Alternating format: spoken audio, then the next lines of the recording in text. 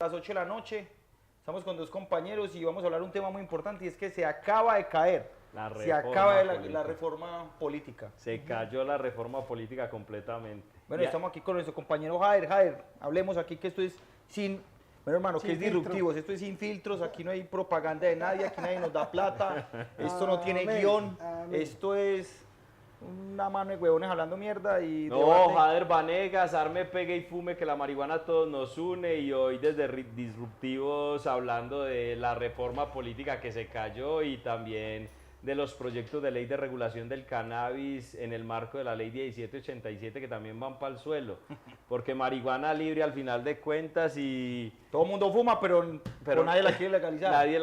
Nadie quiere pagar el impuesto. ¿Será que hay alguna relación entre que no queremos seguir pagando el impuesto y el problema de la reforma política? Pues bueno, para eso estamos aquí. Con otro gran compañero de arma suya, bueno, de arma no, de papel. No, Carlos Restrepo, el bozo de leche versión chocolate que siempre ha estado al frente de todos los procesos, Litos. Amén. Larry, Vanegas y los presentes, yo digo que yo fui una persona que apoyó todo lo que es la representación del pacto histórico a través de nuestro señor presidente Petro, pero Micos tampoco. Micos tampoco, entonces hay que estructurar. Seamos serios con los temas. Usted me dio la autorización de que dijera esto. No, es que así es, aquí nadie autoriza a nadie, eso aquí... Aquí no hay filtros, no. Entonces, discúlpame, Jar, si el universo nos dio la oportunidad de que esto pase, entonces hay que estar a la altura de la responsabilidad. Así es. Pero la altura es que se cayó la reforma. ¿Sí se cayó, es que hay un tema que me preocupa mucho y es... Realmente los cambios hay que hacerlos, pero ¿cómo vamos a plantear cambios? Y se cayó la reforma, o sea, uno de los temas más importantes, pensábamos todos, era una reforma política y hoy se hundió. Hoy definitivamente la coalición de oposición hundió una reforma política que al parecer no estaba muy bien cimentada, por lo que uno ha logrado... Bueno, creo que habían muchos micos en la reforma. Yo me la estuve leyendo, pues, y la verdad sí fue muy preocupante. Hubieron unos temas muy delicados, pues. Por ejemplo, uno era que todos los que habían ganado en estas elecciones ya quedan con su puesto, no digamos que vitalicio, pero sí 2 periodos más. Entonces quiere decir que dónde iba a empezar a entrar la nueva gente, los nuevos líderes que salen, nuevos líderes como Jader, que lleva en la lucha no sé cuántos años representando el cannabis aquí en Antioquia.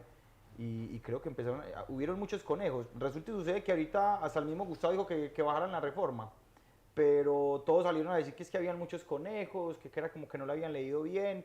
Lo único que nos estamos dando cuenta es que muchos metieron la mano en eso y ahora ya nadie es responsable, ¿cierto? Porque cuando muchos son responsables, nadie es responsable. Nadie es responsable. En el tema, por ejemplo, de lo que a mí más me involucraba, que era el tema de los delitos de ley 30, por ejemplo, las personas... que hemos sido condenadas por porte y tráfico de estupefacientes en el caso del cannabis. En la actual reforma, en la ley actual, no podemos ser aspirantes a cargos de elección popular. Hay unos temas frente al liderazgo que se habían puesto sobre la mesa y tenía que ver con lo que se consideran delitos políticos y mirar a ver de qué manera las personas podíamos volver a colocar nuestro nombre a participar en la palestra pública, pero no, definitivamente la reforma se cae. Hay temas muy preocupantes que Larry acaba de mencionar, como la continuidad que se le está dando a los caciques políticos para perpetuarse en el poder. Hoy, por ejemplo, a mí me parece que Gustavo Petro debería de alguna manera marginarse de los procesos políticos a nivel de la coalición de partidos y buscar más el apoyo popular, porque al final de cuentas el poder está en el pueblo. Y lo muy que bien, muy bien. A mí me parece que, pero es que, a ver, para que la gente entienda que es que se cae, es la primera reforma del nuevo gobierno que se cae, ¿cierto? Sí. Entonces es donde, pero no es ni siquiera que se cae, inclusive Roy estuvo aplazando y moviendo en el horario de ayer del Congreso para que retiraran la reforma, no para que se cayera. Y eso es para no darle el golpe. Darle ajustes. Eso, moverla, eso fue manipulado pues para que la retiraran. Incluso Gustavo Bolívar, muchos dijeron retiren esa reforma a la política. La reforma a la política fue, o es, hoy era un lastre. Uno se ponía a leer esas cosas y bueno. Y a mí lo que me pareció muy teso fue que, bueno, hoy no hay mujeres, y no es que le vamos a tirar a las mujeres, pero tenemos es, frente a lo de las mujeres, una de las ponentes decía que querían hacer las listas que fueran cerradas y que fueran unas listas cremalleras, entonces hombre-mujer, hombre-mujer, hombre-mujer. Eso está muy bien, yo creo que la participación de la mujer en la política es importantísimo. Fundamental. Y hay compañeras que lo necesitan claro. que por eso aquí siempre tratamos de preciso hoy, ¿no? Pero es el primer programa donde no hay una de las compañeras. Entonces, ¿qué es lo que pasa? Nos damos cuenta de que habían conejos, habían unos micos y luego aparecieron unos gorilas enormes, hermano.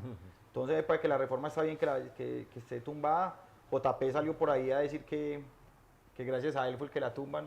Bueno, yo estoy en contra pues de los politiqueros. No.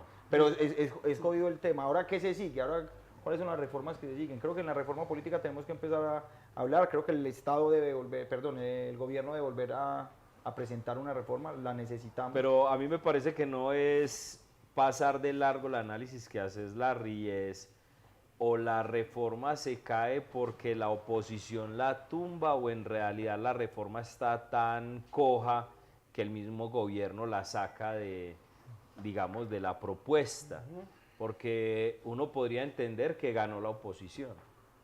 Pero esa fue la jugada del presidente del Congreso hoy, ¿cierto? Del Senado. Sí. Roy hace de que mueve los horarios, es para que alcancen al gobierno a quitar la reforma, para que no a la hora de ir a debate no la quiten, pues no se ganen la contradicción, no se gane eso. Creo yo que eso fue una jugada y me parece que es bien. Larry, y que la vuelvan a... pido la palabra.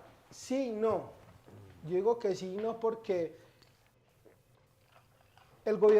nosotros apoyamos el gobierno del cambio y nosotros tenemos que ser coherentes, consecuentes, porque si nosotros hacemos parte del gobierno del cambio, tenemos que ser coherentes, consecuentes. ¿Me equivoco? De acuerdo. Entonces, de acuerdo a eso, tenemos que tener autocrítica. Hay autocrítica en el tema. Supongamos que hay temas que no venían al caso.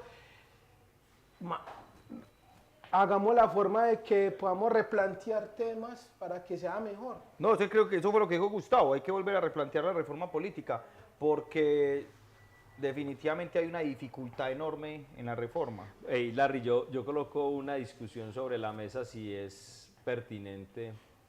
¿Cuál es el concepto frente a la lista cremallera o frente al voto obligatorio? O sea, eso también se cae, pues, sí me hago entender, porque si bien tenemos muchos liderazgos en este país, ¿hasta qué punto nos estamos obligando a una inclusión que tiene que tener sus procesos democráticos? Es decir, obligar a que exista lista cremallera o a que exista un voto obligatorio, ¿qué tan conveniente es para la democracia? Pongo yo sobre la mesa este debate. A mí no me gustan las listas cerradas. Pienso que las listas cerradas limitan los liderazgos en la medida en que lo que hemos permitido con la Constitución del 91 son liderazgos participativos. Y ahí la lista cerrada, desde mi concepto, es al lugar. La lista cerrada fortalece los partidos y fortalece las cabezas de las listas, que por lo general son los caciques políticos que manejan. Y bueno, no estoy de acuerdo con eso, pero hasta qué punto también es pertinente la lista cremallera como una obligatoriedad de una reforma política. Yo pienso mucho que... No, yo creo que hay posiciones encontradas frente a esa reforma. Pues frente a la reforma o frente a la lista, hablemos de la lista. Para nadie es un secreto que en el año pasado en las elecciones una lista cerrada sirve en un partido organizado y un partido con estructura, no en una aglomeración como que fue lo que hubo el pacto histórico, ¿cierto?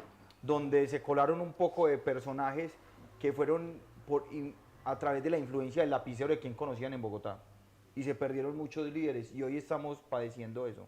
Hoy estamos padeciendo escándalos de individuos, qué pena decirlo, como Susana, ¿cierto?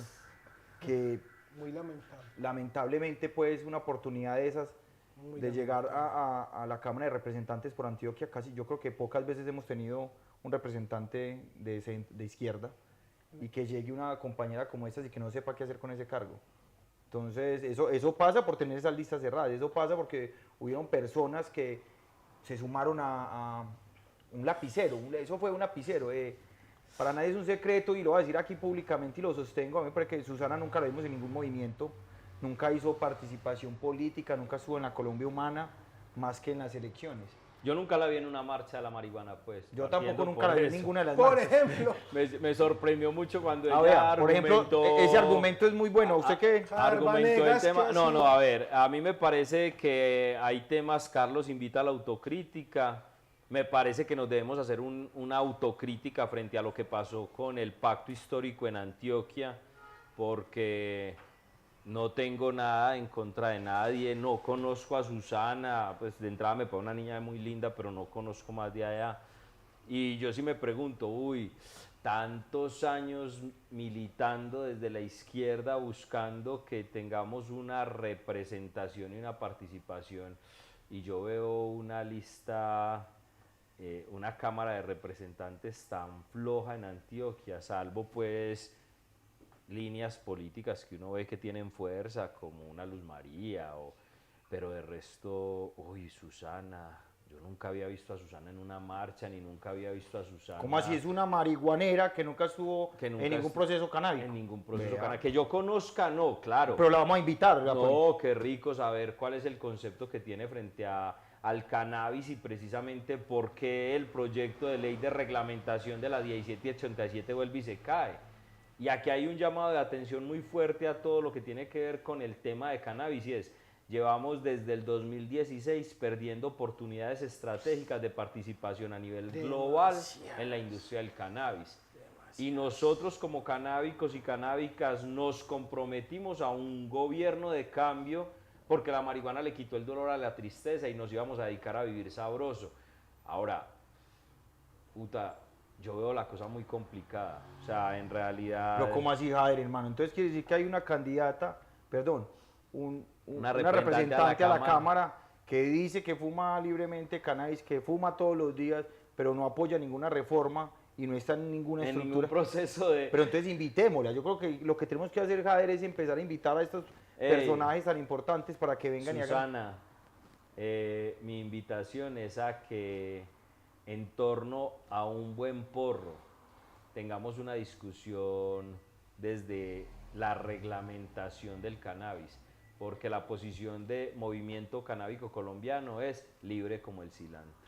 O sea, cualquier planta, cualquier proceso agroindustrial en Colombia debe cumplir con unas normas de certificación.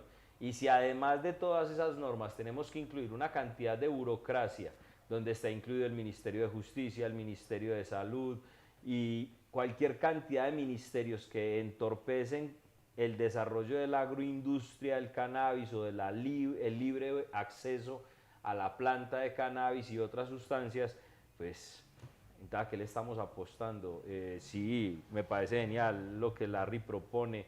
Este es un espacio disruptivo para que invitemos a estos representantes a la Cámara que hoy quieren figurar en torno a la marihuana, a que nos fumemos un porro en este escenario y hablemos de marihuana libre, o hablemos de en qué estos representantes están sumando a los procesos de ciudad en torno a las libertades individuales y colectivas. Gracias, Jader. Yo creo que queda muy claro la invitación ahora, Susana, para que más que hacer un escándalo o un protagonismo porque fuman hierba, pescar en río revuelto. eso, es más bien encargarnos con la responsabilidad de lo que significa el cannabis. Yo conozco a Jader hace bastante tiempo. Uy, sí. Y hablemos un poquito, Jader, quién es frente al cannabis aquí en Antioquia, Jader.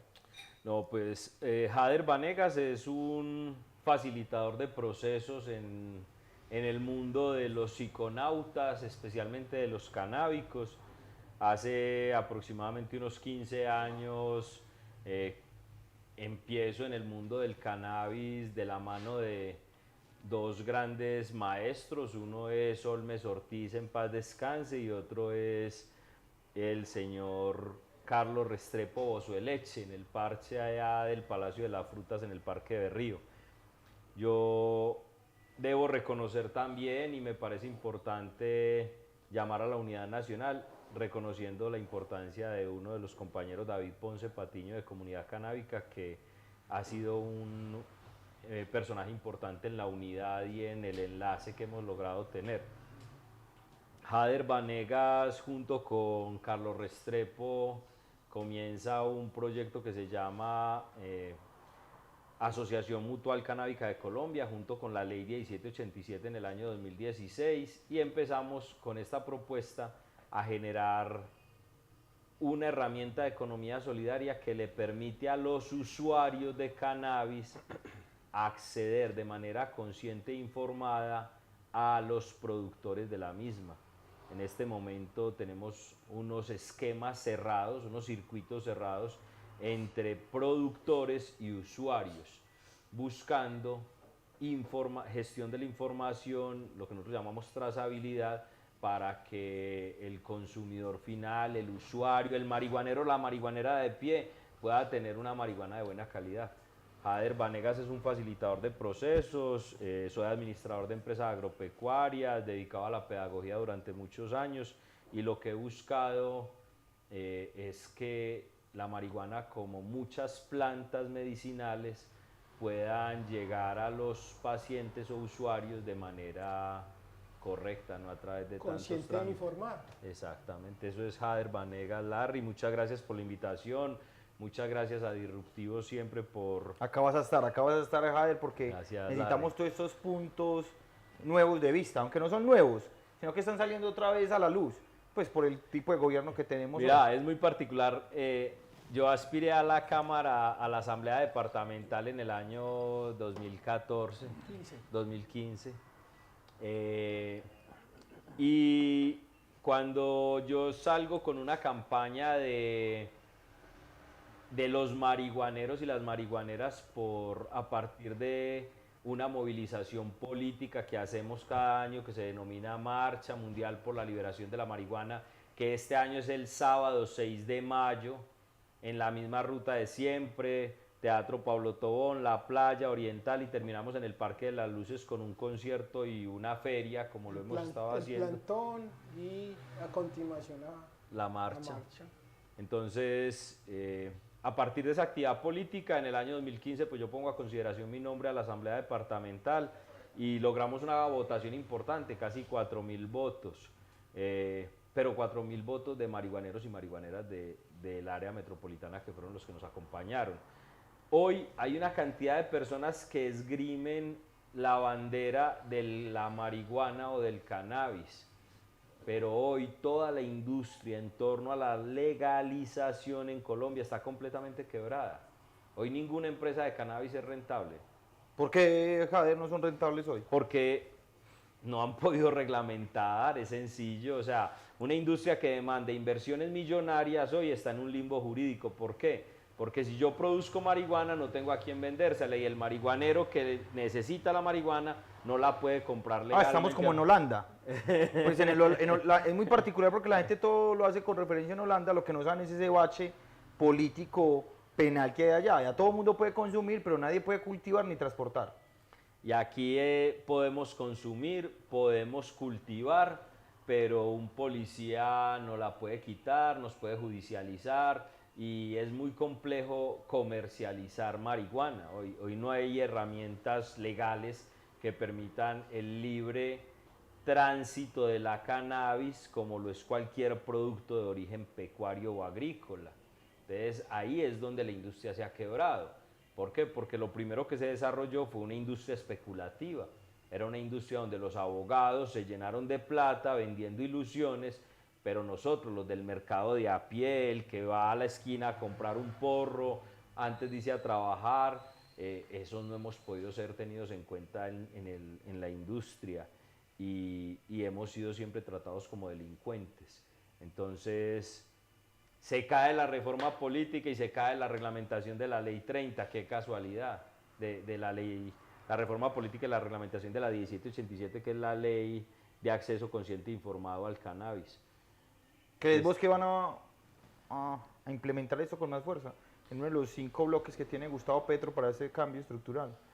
Yo en el gobierno del cambio creo y me parece que lo mejor que pudimos haber hecho fue exigir a nuestros gobernantes un cambio. Lo que vuelvo a ser recurrente incluso con el tema de la representante anterior es, yo veo a Gustavo muy solo, o sea, yo veo a Gustavo con un equipo legislativo muy primario, con una cantidad de gente muy novata sin entender cómo se mueve la cosa política con los zorros políticos. Entonces, que este gobierno logre reglamentar el uso y el acceso de marihuana lo veo complejo porque a este gobierno se le vienen dos reformas muy fuertes, la reforma laboral, la reforma pensional y la reforma a la salud. Esas tres reformas... Oiga, nos acaban de escribir en el Facebook algo muy tesis, que este sería el único proyecto que cumpliría don Gustavo, porque marihuaneros sí hay para apoyar. Eso dice, sí. Lo escriben por ahí, nos van a dejar ahorita. ¿Quién escribe? Bueno, invitemos lo que va a haber este fin de semana en la Feria Canábica aquí, Carlos.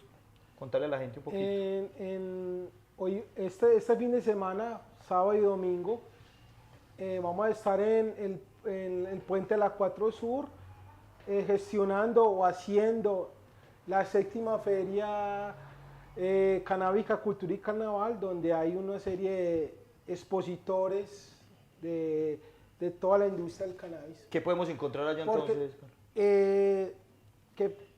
Amigo Larry, eso es una industria, querámoslo o no, es una industria. Y vamos a desarrollar esa industria a través de emprendimientos, de personas que están aquí. Vamos a ver, por ejemplo, vamos a ver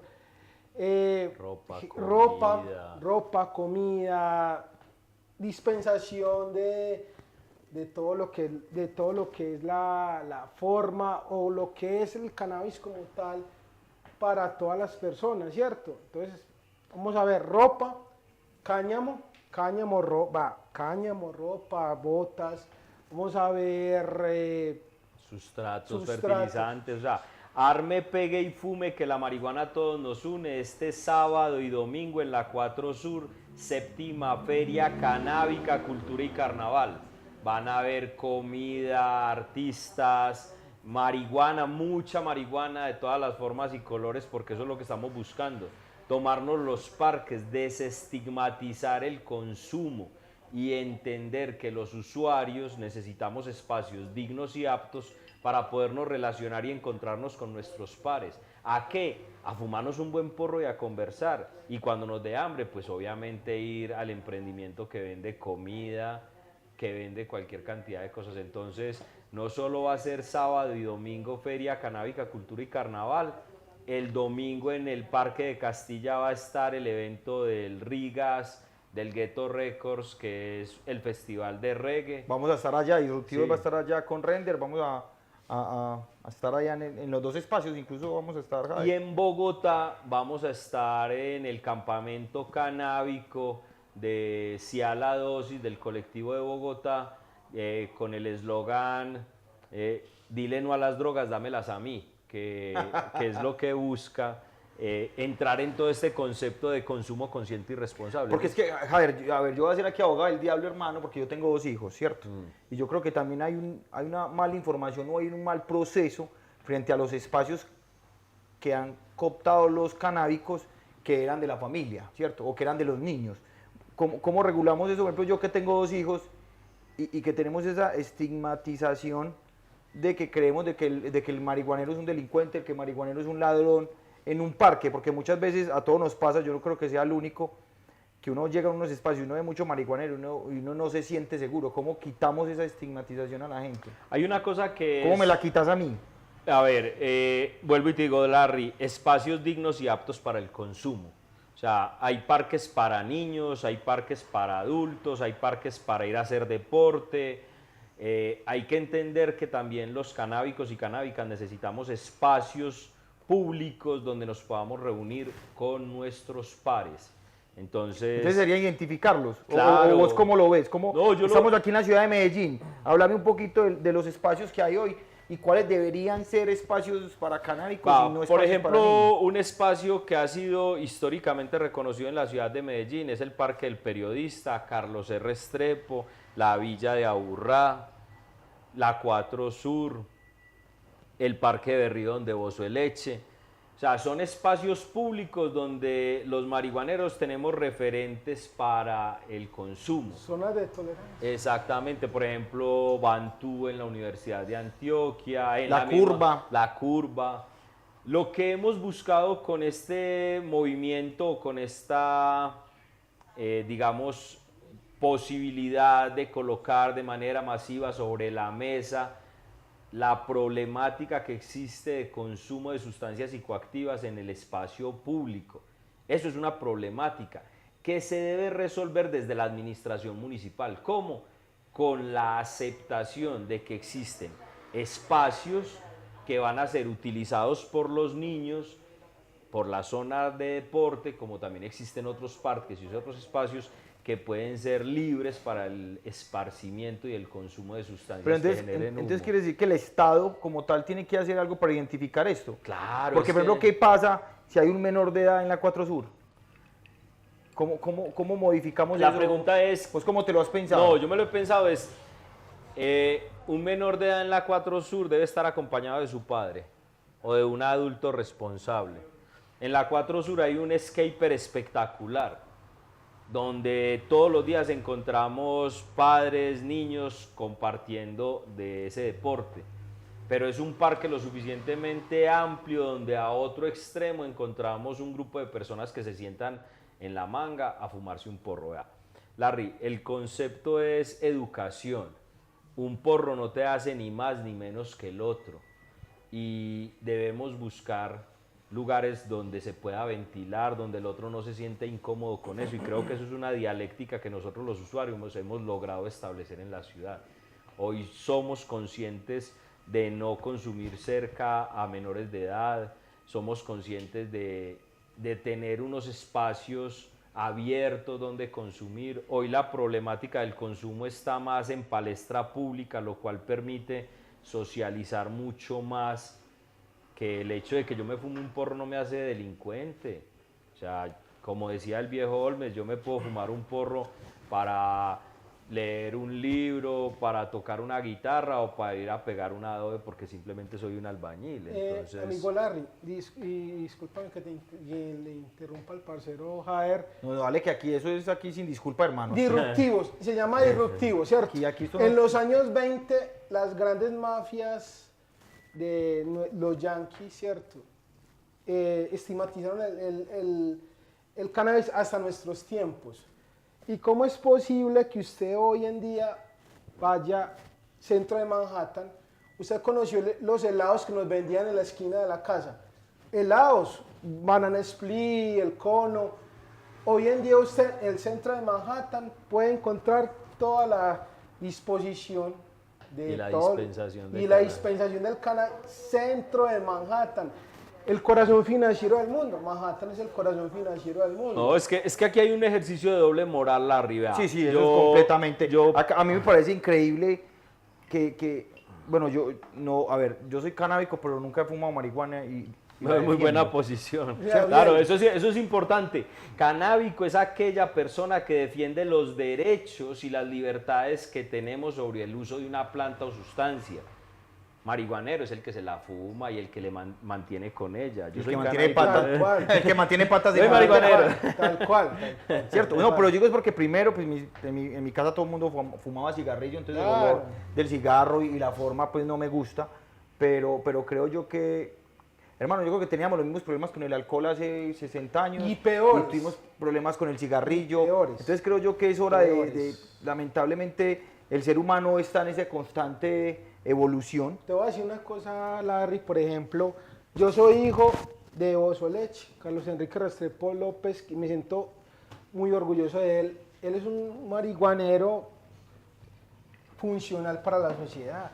Bozo Leche trabaja de domingo a domingo y la vitamina de Bozo Leche es el cannabis desde hace 50 años y yo me siento felizmente orgulloso hijo de él. ¿Por qué? Y vos no consumís, que es lo más complejo. Y yo no, y ninguno de los hijos por ejemplo, y somos 3 hijos y él creó 3 hijos profesionales.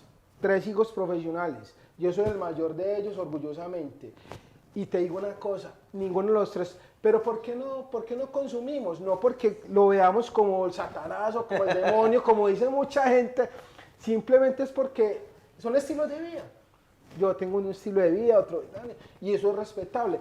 Y mi padre, hermoso amado, trabaja de domingo a domingo hace 50 años, un activista canábico. Bozoleche apoyó a Olmes Ortiz, el padre del activismo canábico en Colombia y en América Latina, porque Olmes es bueno, así. Vamos a saludar a alguien que nos está viendo desde YouTube. Valentín desde Itagüí nos está saludando, hermano. Yo sé que es otro canábico más, así que Valentín, un saludo aquí desde Disruptivos. Amén.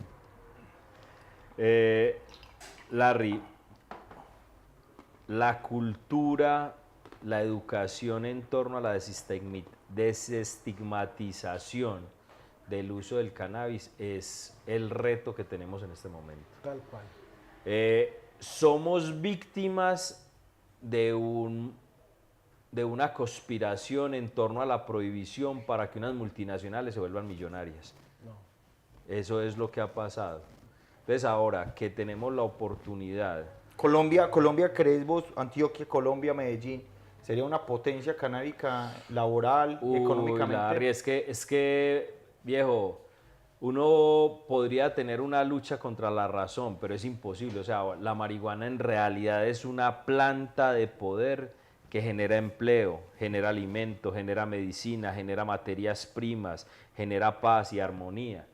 Porque... A ver, cuando vos hablas de esos cinco ejes tan importantes, yo quiero que le contes a los que nos están viendo el por qué. ¿Cuál es tu profesión frente a todo eso? Porque vos hablas con mucha autoridad sobre el tema. Entonces, muy bueno que la gente sepa técnicamente quién está sentado aquí, profesionalmente quién está sentado aquí y quién ha gastado todos esos pelos que ya no tiene frente a esta planta, porque una de las cosas que a mí me volvió canábico, yo creo que fue Jader. Escuchar a Jader, claro. Una vez nos encontramos en algún momento y me entregó mucho material de cannabis, pues no estoy hablando de matas ni nada de eso, mucho menos nada, un disco duro con mucha información y yo lo único que hice en esos años fue sentarme todas las noches a leer. La convicción que el Entonces empecé a leer y eran cosas que eran increíbles. Y yo, a mí me gustaría que la gente que se esté viendo es quién es Jader profesionalmente y por qué sabe tanto de este tema. Bueno, Jader Vanegas es una persona dedicada al sector y a la vida rural. O sea, yo soy un habitante de la vida rural, que desde hace más de 20 años, a través de unas líneas de investigación, docente universitario, decano de una facultad de agroindustria, empezamos a buscar paquetes tecnológicos para el desarrollo rural y encontramos en las plantas con actividad biológica, o sea, plantas que producen metabolitos que afectan nuestra vida, encontramos un potencial farmacéutico. Entonces desarrollamos una línea de investigación que se desarrolló paquetes tecnológicos para fitoterapéuticos y ahí encontramos cualquier cantidad de plantas que están en el Vademecum hoy de plantas medicinales, entre ellas el cannabis. A cada planta empezamos a determinar cuáles eran los niveles de productividad y hay muchas, por ejemplo la stevia, la misma coca. La hoja de coca es una planta que tiene unas concentraciones de calcio muy altos, calcio asimilable por nosotros los mamíferos, y está la cannabis. Entonces la cannabis es una planta primero que crece en cualquier lugar del planeta. No jodas, en serio, en todas las alturas. En todas las alturas. Es una planta con una adaptabilidad genética muy alta. Es una planta de cuyos tallos sale un producto llamado cáñamo, que es una fibra textil. Sale un material aglomerable con el cual es madera o puede servir para hacer tablas y demás. Los aglomerados, pues. Los aglomerados, exactamente. Produce resinas, sus hojas producen resinas, sus flores exudan a través de unas glándulas que se llaman brácteas, exudan un material que tiene efectos sobre nuestro cuerpo, como es el THC, el CBD, el CBG y una cantidad de cannabinoides, que son medicina. También sirven como alimento, las semillas y demás. Entonces, es una planta, primero, muy versátil y útil para la vida humana, que en cualquier momento se quiso prohibir para controlar su mercado, pero que hoy está llamada a ser una planta que puede ser alternativa para la vida para la vida rural, para la vida urbana. Yo hoy pienso que si la gente consumiera más marihuana quitaríamos tanta locura, porque es que estamos demasiado locos en las ciudades, uno ve la gente que pelea, y la marihuana es una planta que nos invita a estar en armonía, en tranquilidad, que nos invita a pensar las cosas dos veces.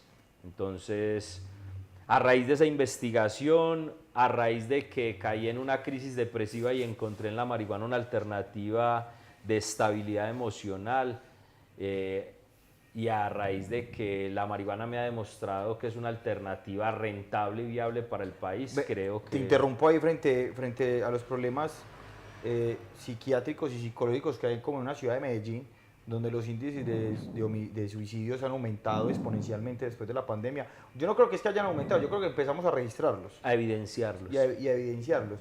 Entonces, contanos un poquito cómo el cannabis puede hacer algo con esas patologías. Hay un tema, y es, siempre se nos ocultó que tenemos un sistema endocannabinoide, es decir, nosotros tenemos un sistema hormonal endógeno que está dentro de nosotros, que utiliza los receptores cannabinoides, endocannabinoides, para regular cierto tipo de cosas como el dolor, como la ansiedad y demás. Las plantas, el cannabis, o sea, los fitoterapéuticos, los fitocannabinoides, cuando ingresan a nuestro cuerpo, generan unos estados, para el caso del cannabis, de relajación y de introspección. Existen tres tipos de cannabis. Uno es el sativo, que por lo general es una variedad que te genera euforia, que te genera alegría. Y existe la índica, que es una variedad que te vuelve introspectivo, que te vuelve más reflexivo, más analítico. Esos productos hoy, en esta sociedad tan acelerada, son fundamentales como para vivir tranquilo. A mí mucha gente se me acerca y me dice: uy, Jader, yo gracias a las goticas de marihuana duermo mejor, yo gracias a las goticas de marihuana estoy más tranquilo, y eso ha mejorado mi vida sexual, eso ha mejorado mi vida laboral, eso me ha vuelto más paciente, porque esta es una sociedad altamente, voy a utilizar la expresión, intoxicada por la euforia. Nosotros somos alcohólicos, esta es una sociedad donde el alcohol es fundamental, prevalece el dulce. O sea, nuestros niños viven en unos estados súper hiperactivos por tanto dulce que se consume. Y el cannabis ha sido muy mal visto por el efecto del THC, que es el que afecta a la corteza mental, la que nos da la traba. Claro. Mientras que, por ejemplo, el CBD, que afecta al sistema nervioso central, que es el que relaja, calma la ansiedad. El CBG está siendo utilizado mucho para efectos de calmar la ansiedad en el tema de la obesidad. Yo te interrumpo, Javier, porque sé que no nos alcanzaría un programa para que cada vez nos informe más, porque a mí sigamos, Larry, lo que yo les vengo diciendo, vamos a las granjas, vamos a visitar cultivos. Listo, digámosle a la gente de Disruptivos cuándo vamos a ir a una de las granjas en las que vos estás apoyando este proceso, para que conozcan de mano lo que se está haciendo, porque es que mucha gente sigue satanizando la planta, creen que no hay cultivos de esos, creen que todo eso lo hacen por allá arriba en el Magdalena o abajo en el Amazonas o en el Cauca. Entonces lo que queremos es empezar a demostrar a la gente de que esto es una planta que se encuentra, voy a traer aquí, hace menos de un año estuve en Heliconia, hay una planta, me pareció muy teso y quisiera que le contaras a la gente lo que están haciendo con esta sustancia, y la Universidad de Antioquia frente a esos pacientes, de qué tipo de enfermedades y qué es lo que están haciendo ahí. Bueno, una de las estrategias que hemos desarrollado es el Cluster Hemp Colombia, que es una estrategia que involucra la institución pública, la Universidad de Antioquia, a través de la Facultad de Salud Pública, el Grupo de Investigaciones Moleculares GIEM, la empresa privada, una empresa como Orión, como Green Sky, que produce material, una empresa de economía solidaria como la Asociación Mutual, que le permite a todo el mundo acceder a la sustancia de manera legal. Lo que hoy estamos haciendo es produciendo cannabis a través de asociaciones de mujeres campesinas, cannabis que es llevado a la Universidad de Antioquia, donde con él se están generando medicamentos para atender hoy aproximadamente 1.800 pacientes en condición de calle, como un paliativo a drogas de alto impacto, como la heroína, la bazuca y demás. ¿Cómo así les autorregulan? ¿Tratan de hacer algún choque con eso? Para dejarlas... El síndrome de ansiedad es el problema frente a esas drogas más pesadas, y es el cannabis la planta que calma la ansiedad. Que calma la ansiedad y empiezan a regular, empiezan a hacer un cambio de una sustancia a otra. Es terapéutico. Esto es dentro de la política de mitigación del daño, es decir... Quiere decir, Javier, que lo que estás diciendo sería algo muy importante, porque vamos a hablar de la ciudad de Medellín, donde los habitantes de calle y en calle los tenemos desbordados. Es un llamado, desafortunadamente, un llamado al gobierno nacional y al gobierno local. Hemos estado en otras ciudades del país y no se ve el desborde. Larry, perdón que te interrumpa, ¿sabes? El tema de pacientes en condición de calle es que migran a Medellín por sus condiciones climatológicas. Aquí no llegan habitantes de calles de Pereira, de Bogotá, porque Medellín es muy benévola con el clima, a diferencia de un Bogotá, por ejemplo. Entonces, en Medellín ellos se encuentran en las condiciones... el clima es muy parecido al de acá, el de Manizales. Pero Medellín hace que ellos lleguen y nos... La eterna primavera. La eterna primavera, exactamente. No, pero muy bueno ese punto, me parece que hay acertadas. Pero lo que yo quiero es mostrarle a la gente que puede haber una solución frente a los habitantes de calle, todas esas personas que consumen estas sustancias, donde a través de un proceso científico y comprobado y aprobado por el cannabis, podemos empezar a regular y podemos hacer. Yo soy uno que digo, por ejemplo, Susana, escucha esto y lo vamos a recortar y todo eso lo vamos a mandar con mucho gusto. Parece que debería haber una ley de interdictos, ya la hay, pero no están metidas esas personas que están, que están como habitantes de calle por sustancias. Entonces deberíamos de empezar a intervenirlos y a meterlos en esta ley de interdictos a todas estas personas. Bueno, ahí hay un tema, y es lo que busca, digamos, el modelo de educación que estamos hablando de consumo consciente y responsable, se basa en la generación de conciencia.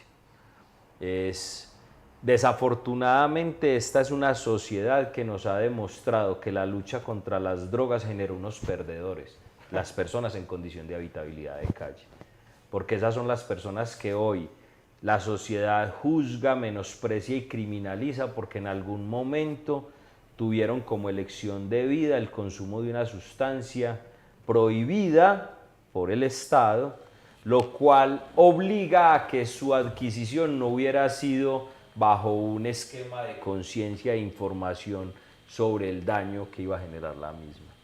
Entonces eso es una conclusión. La guerra contra las drogas nos demuestra que existen perdedores, las personas en la cárcel o en condición de habitabilidad de calle, porque frente a esos el Estado no ha generado ninguna política de atención. Entonces voy a dejar claro eso hasta ahí porque viene el concepto de interdicción. Yo soy marihuanero por voluntad y porque me gusta, porque disfruto mi relación con la sustancia.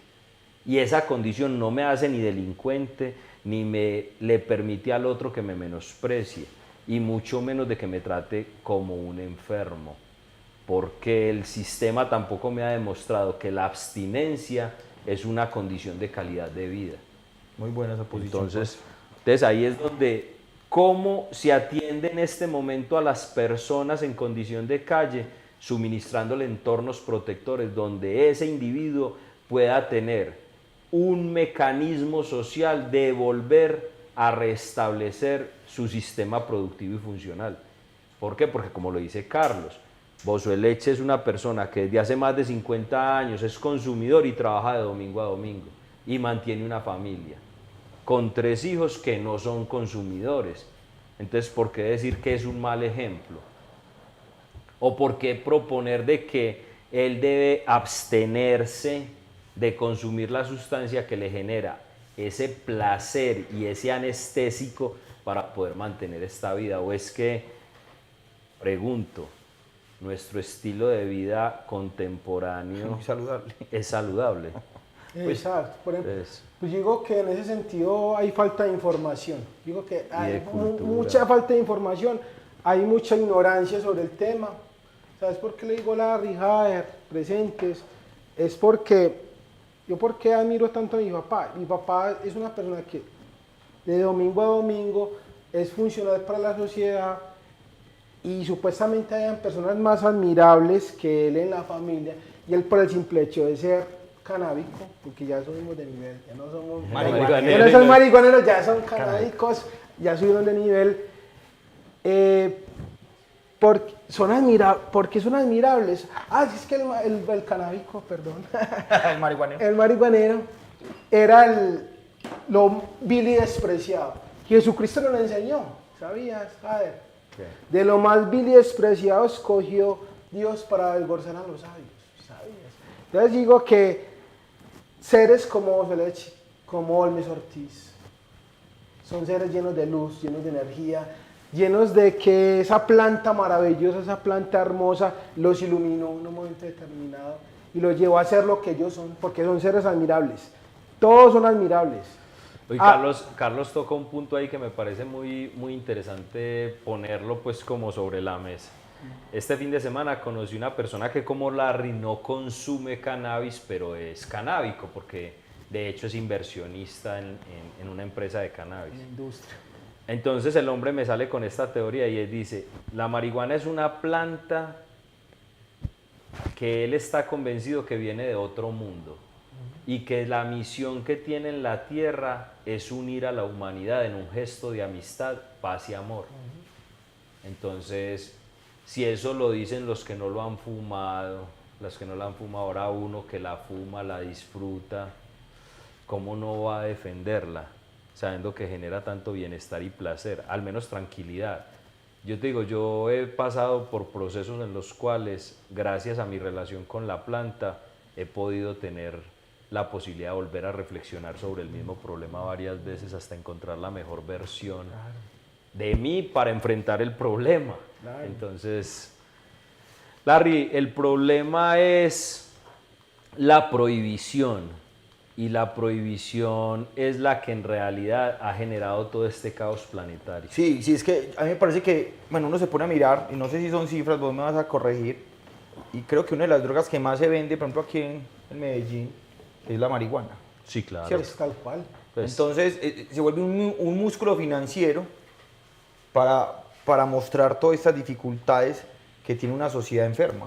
No estoy hablando del que consume, sino cómo eso nutre el microtráfico, cómo nutre las bandas delincuenciales, cómo hacen nichos como el Bronx en Medellín, que es una cosa detestable, es una cosa que genera un poco de problemas sociales, que el Estado y el gobierno se hace el huevón, porque eso no tiene otro nombre, vista gorda. ¿cierto? Se hacen los de la vista gorda, porque hay un poco una forma en la que ganan dinero allá. Entonces, si empezamos a regularizar la marihuana, empezamos a solucionar problemas desde su nicho. La ¿cierto? naturalización, vea, nosotros tenemos algunas cifras, digamos que nos han proporcionado entes del Estado, observatorios de ciudad que vienen estudiando el tema de consumo de drogas. Hay un cálculo muy genérico y es de que Medellín el área metropolitana del Valle de Aburrá, solo en marihuana puede estar moviendo por el orden de 30.000 millones de pesos al mes. Entre toda la cadena de valor, me refiero el campesino que la produce o el indio, el tipo que la transporta a la ciudad, el que la compra, la almacena, luego la distribuye a lo que nosotros llamamos los jíbaros, que es el que la fracciona, la enfelpa y la coloca en la esquina. Toda esa cadena de valor, podemos estar hablando de unos 30.000 millones de pesos al mes en el área metropolitana del Valle de Aburrá. Y de esos 30.000 millones de pesos está calculado que por ahí entre el 20 y el 30% se queda en la extorsión legal del Estado a esa cadena de valor. Es decir, la fuerza pública...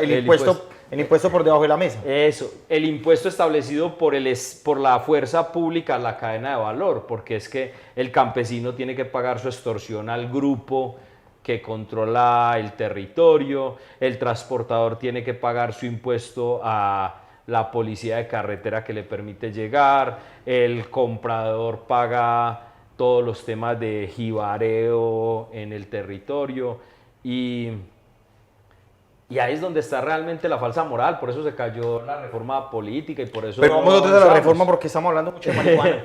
Pero creo que eso es uno de los temas. ¿Vos crees que en la nueva reforma política, que obviamente va a estar detrás de este decreto, cuál es el decreto? 1787. No, la reforma política es una cosa, la ley 1787 es la de cannabis consciente e informado. En el tema de la reforma política, ya que hablamos de dinero y todo esto, porque se ha vuelto a colocar sobre la mesa el proceso 8000, ¿te has dado cuenta que Samper volvió otra vez como a estar en la palestra pública? Y Pastrana... Parce, yo no logro entender cómo hay gente tan cínica, pero vuelve y dice es que entraron dineros del narcotráfico a la democracia. Viejo, uno de los temas que veía yo valioso en la reforma política era que el Estado financiara las campañas. Sí, incluso escuché hoy a Paloma que estaba en contra de eso porque ella decía que ellos reciben, hablaba de los paneleros, recibe de los paneleros, claro, ¿cierto? De los gremios. Y entonces vean que los gremios no van a poder sacar, uno sabe que sí, pero es que uno no sabe que muchos gremios de aquí eso es un narcoestado y la gente no ha podido entender qué significa esa palabra. El narcoestado está en todos los niveles del Estado, económicamente y políticamente hablando, están todos los niveles. Lo que significa de que obviamente un lavador de dinero va y monta una panelera, o monta un gimnasio, o monta un hotel, o monta una transportadora, o monta 10 camiones de carga, o monta maquinaria amarilla. Entonces, en un narcoestado lo que significa es que esos dineros siempre terminan en la política y los hacen lavar y los saben hacer ya muy bien, porque es que llevamos no sé cuántos años, voy a exagerar, 60 años haciendo eso, entonces ellos ya lo saben así. Entonces, una de las formas es empezar a que esos dineros, el Estado empiece a invertir en esas personas que quieren llegar a la política y me parecería muy sano, porque es deslumbrante. No voy a decir el nombre, pero viajamos en estos días a Cocorná y de aquí a Cocorná yo pude ver 10, 20 de esos cosas grandes de publicidad. No las vallas pasacalles, sino las vallas inmensas. La gente no sabe que una valla puede llegar a valer de 5 a 9 millones de pesos el mes. Es que ese es el rollo largo. Entonces acá hay manes que tienen 10, 50, 60 vallas. ¿Cuánta plata? Listo, no la está sacando él. ¿Quién le está pagando eso? Buena pregunta. Mezcle estos dos temas para generar debate y es el siguiente uno. Hacer política cuesta. Y no poquito. ¿Por qué? Porque vea, voy a hablar desde mi experiencia. Entonces mi carro, gracias al Word, un grafitero me lo pintaron. Pero viejo, salga a recorrer en el carro un municipio. ¿Cuánto cuesta? Peajes, gasolina, refrigerios. Usted llega a una reunión política, volantes, publicidad. Que la camisetica, que la gorra. Vea, a mí me parece increíble. Yo creo que la gente no sabe cuánto vale 1 millar de volantes, hermano. No, 1 millar de volantes hoy está saliendo casi en 200.000 pesos. Entonces póngase, mire, el personaje aquel, creo que es Polo es que lo llaman, Polo es que le dicen al hombre. Ese tipo... ¿Por qué llegó? ¿Cuánta plata le puso Centro Democrático para que llegara? Pues es que hoy es una realidad.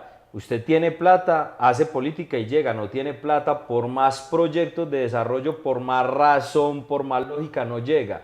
Y lo más triste, Larry, es que estas listas cerradas de pacto histórico demostraron que llegaron, eran los que tenían vara política o lapicero en Bogotá. Sí, eso es un llamado de atención hoy al gobierno, pues. Entonces, los proyectos sociales, los proyectos de base, no tienen músculo financiero para ser socializados. Es que es increíble, en la reforma política uno ve gente, líderes culturales, líderes sociales, que tiene las comunas de Medellín, gente que lleva 20 o 30 años, que son reconocidísimos en una... Tesos. Que uno sabe que son tesos, que se han dado la pela por el deporte, por la cultura, por los niños. Y una persona de esas, ¿cómo es que no llega al Consejo de Medellín, por ejemplo? ¿Cierto? Uno ahí se pone a mirar estos que son concejales hoy en Medellín y ya traigamos eso a lo local, vaya a ver qué trabajo social y cultural tienen de base de años. Yo creo que ninguno tiene. Yo creo que cuando nos sentemos a hacer eso, pocos o casi ninguno tienen, o a vos qué te parece, Carlos, para que le demos la palabra al compañero frente a eso, ¿a quién conoces vos hoy como concejal de Medellín que tenga un proceso político? Los hay. Perdón, no político, cultural de base. Los hay. Y les digo, los hay demasiados y los hay. Pero desafortunadamente la burocracia los relega. O los compra. Porque ¿qué pasa ahorita? Por ejemplo, que estamos en elecciones. Entonces arranca ahorita, y eso pasa en todos los niveles, aquí ya no importa si es de izquierda, de derecha, de centro, y se cogen los líderes de una comuna, ¿cierto?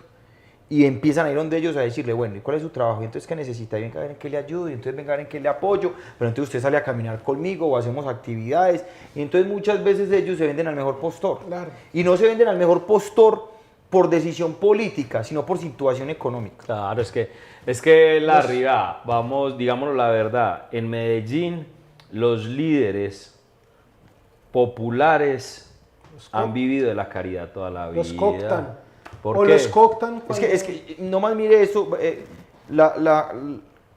hoy concejal Natalie Vélez es, la del Centro Democrático, la más votada, búsqueme en el nombre que se me olvidó, del Centro Democrático, la más votada, esta pelada sacó 22.000, 23.000 votos, ¿cierto? Listo, ¿de dónde saca un ser que vino y luchó por los niños, dijo que eran las banderas de los niños, ahorita vemos que no tiene ningún proyecto de niños, yo no la veo en las redes, en ningún movimiento de niños, y ahora no le conozco un proceso de niños?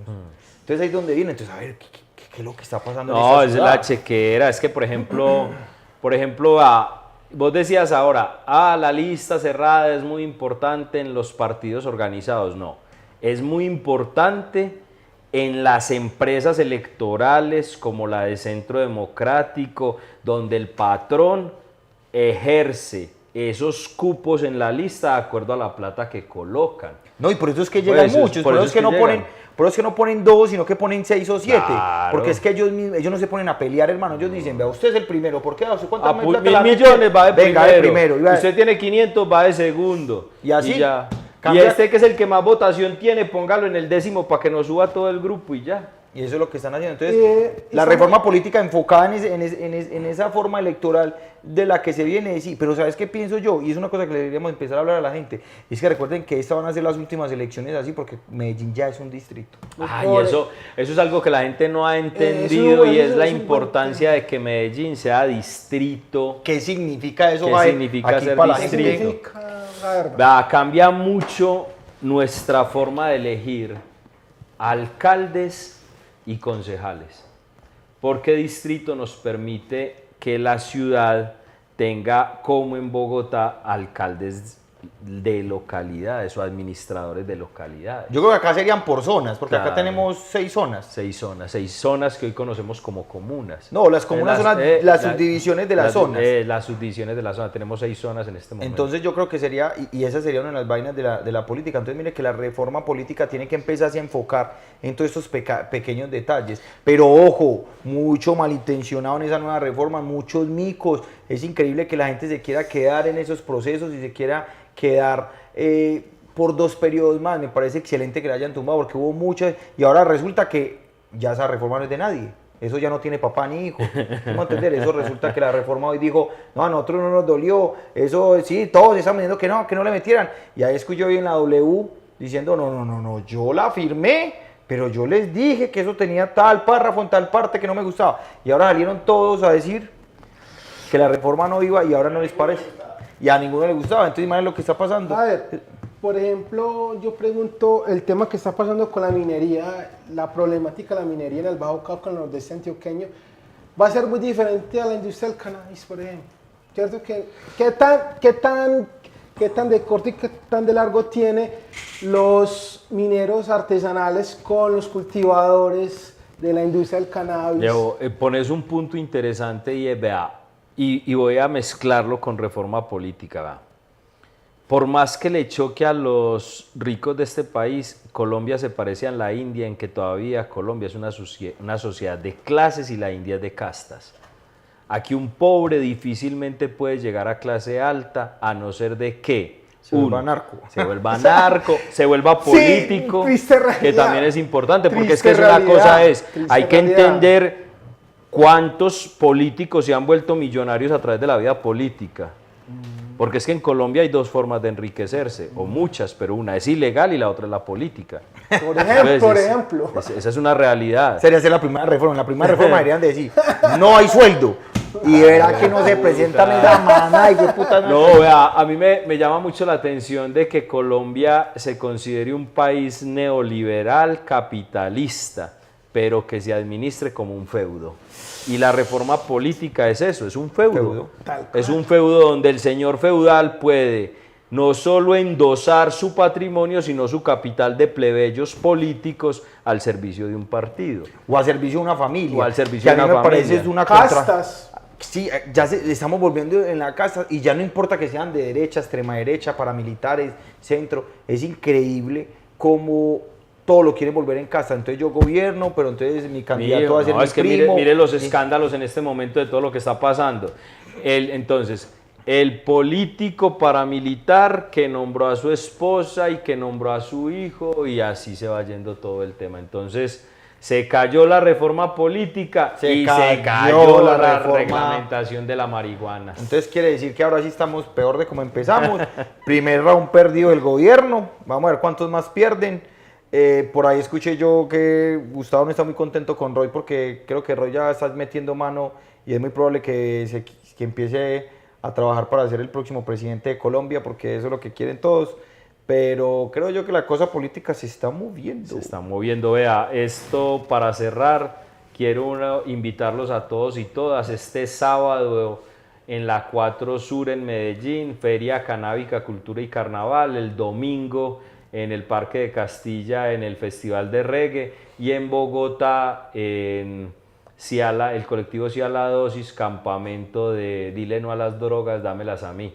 Arme, pegue y fume, que la marihuana a todos nos une, hoy desde Disruptivos. Muchas gracias, Larry, muchas gracias. Por acá nos seguimos viendo. viendo. Papito, ya saben, eso es un espacio de ustedes, esto no es de nadie, que están viniendo todos, bienvenidos, pueden venir el jueves, vamos a hacer programa el domingo, nos vamos a ver por allá las caras en esto, y esto es un espacio donde hablamos, hacemos debate, hablamos de política y mucha mierda, y más que todo mierda, porque es poco lo que sabemos de lo otro, pero aquí tratamos de hablar para el combo, hermano, para la familia, para nuestros compañeros, y es un espacio para que ustedes estén aquí.